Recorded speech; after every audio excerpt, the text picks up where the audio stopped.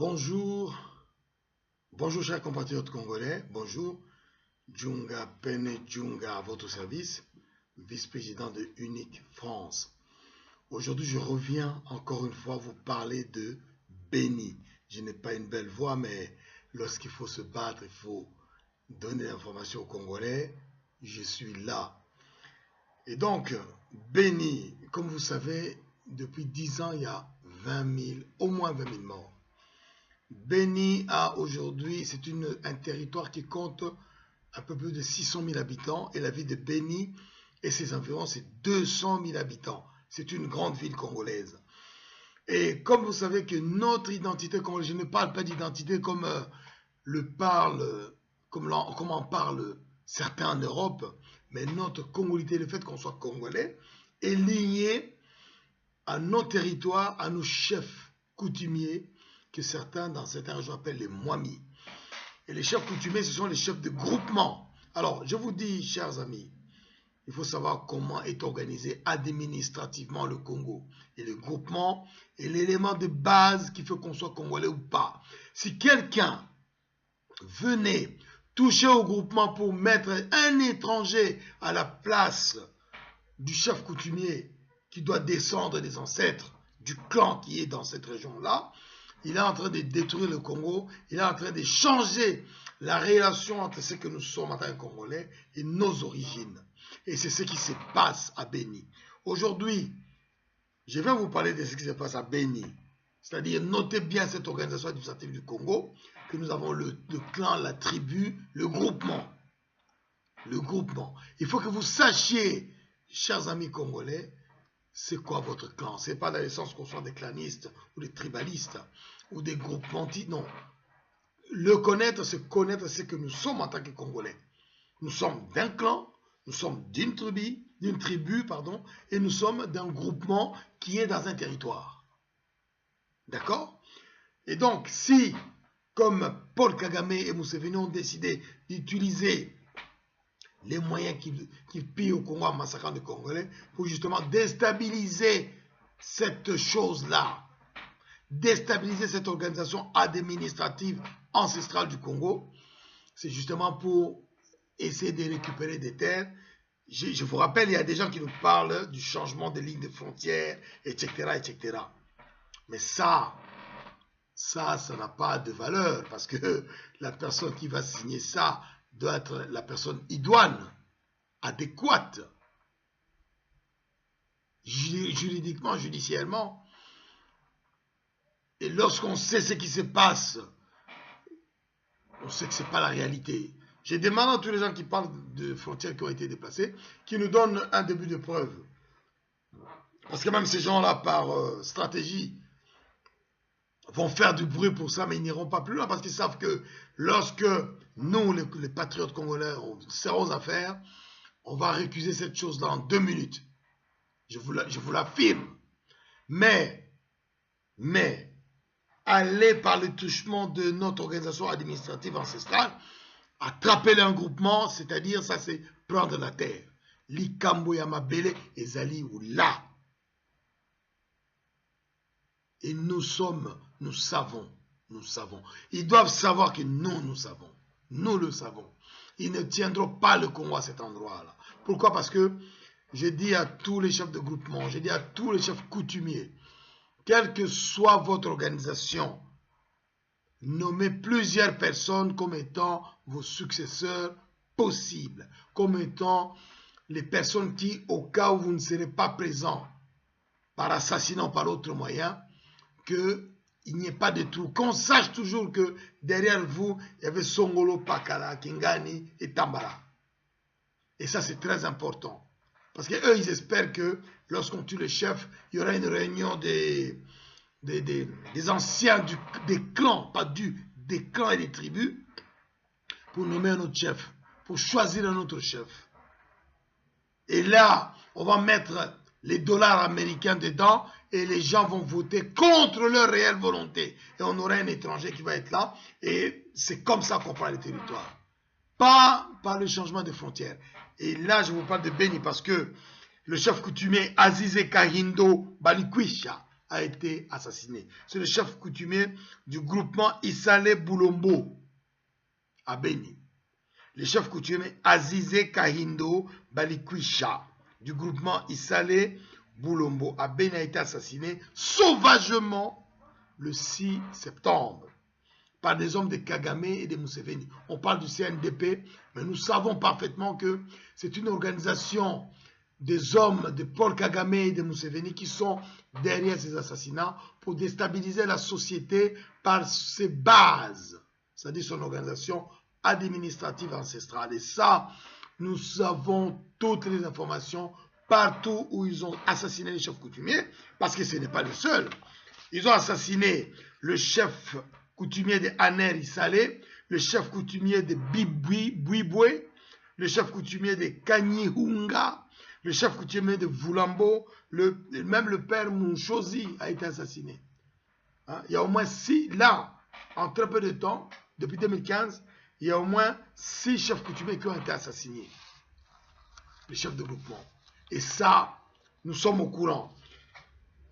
Aujourd'hui, on nous fait un dialogue fallacieux qui se passe à Kinshasa à coût de millions de dollars qu'on paye aux gens qui vont à ce dialogue-là, aux dialogueurs.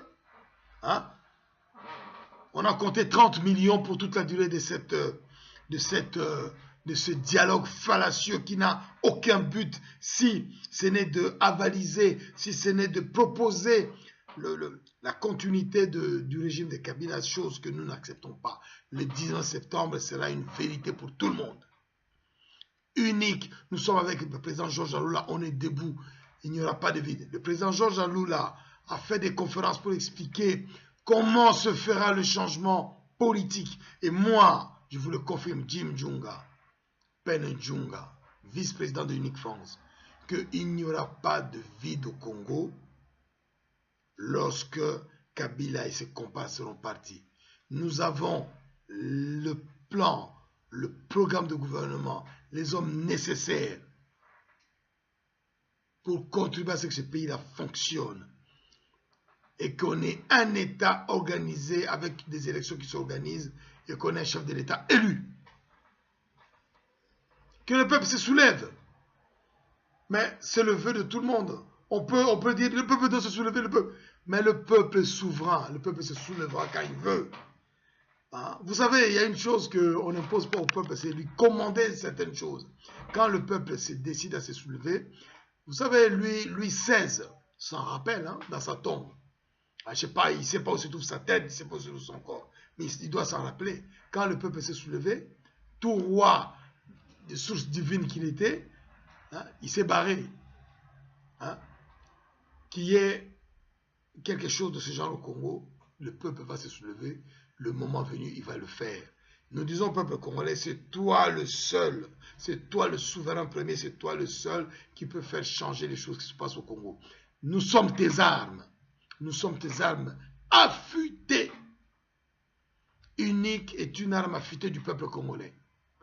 Moi, je suis une arme affûtée du peuple congolais. Les membres de Unique, partout où ils sont au Congo, dans toutes les régions congolaises, dans le Kivu, dans le Katanga, dans le Haut-Zaïre, dans l'Équateur, au Bas-Zaïre, Bandundu, Kasaï oriental, Kasaï occidental, à Kinshasa, partout où ils sont en Équateur.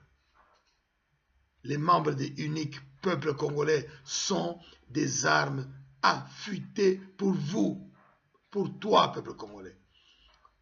Nous sommes avec toi, tu peux nous utiliser. Nous demandons au peuple congolais de nous utiliser. Il est inacceptable que ces massacreurs, ces génocideurs pensent qu'ils vont continuer à massacrer notre peuple. En tuant nos chefs coutumiers, ils sont en train de tuer le peuple congolais. En tuant nos chefs coutumiers, ils sont en train de tuer ce qui fait que nous soyons nous tous des Congolais, des Africains d'abord et des Congolais. Notre africanité est en train d'être battue en brèche par Paul Kagame et Museveni. Nous ne réagirons jamais, jamais par le sang. Nous réagirons toujours par le droit, avec la plus grande fermeté. nous réagirons toujours par le droit et nous abattons tous ceux qui sont en train de penser qu'ils peuvent abattre le peuple congolais. Nous sommes un peuple qui ne se rend jamais, jamais. Lisez notre histoire, vous verrez, nous ne nous rendons jamais, jamais. On peut nous tritouiller, on peut tout nous faire, mais lorsqu'on se lève, on rase tout. Mais nous le ferons par le droit. Tous ceux qui ont commis des crimes au Congo vont le payer. Par le droit, nous le ferons. Et donc, je dis à vous tous, mes chers amis congolais, unité nationale et intégrité du Congo, du président Dr Georges Alula, du président Gando en France, dont je suis le vice-président, des uniques dans le monde entier. Nous sommes avec le président Georges Alula pour apporter le changement nécessaire au Congo. Et nous nous sommes battus pour la création de la coalition des forces vives congolaises, avalisée, validée par le docteur Georges Alula lui-même. Et donc je vous assure que nous marchons avec la coalition des forces vives congolaises, avec nous à nos côtés, toutes les forces vives congolaises, que nous avons créées les 18 juin et les 16 juillet 2016. C'est une force qui est là, une force patriotique où les Congolais sont unis, où il ne se passe pas des choses fallacieuses, parce que nous sommes des gens très sérieux, et vous verrez, nous sommes prêts, nous sommes à votre service.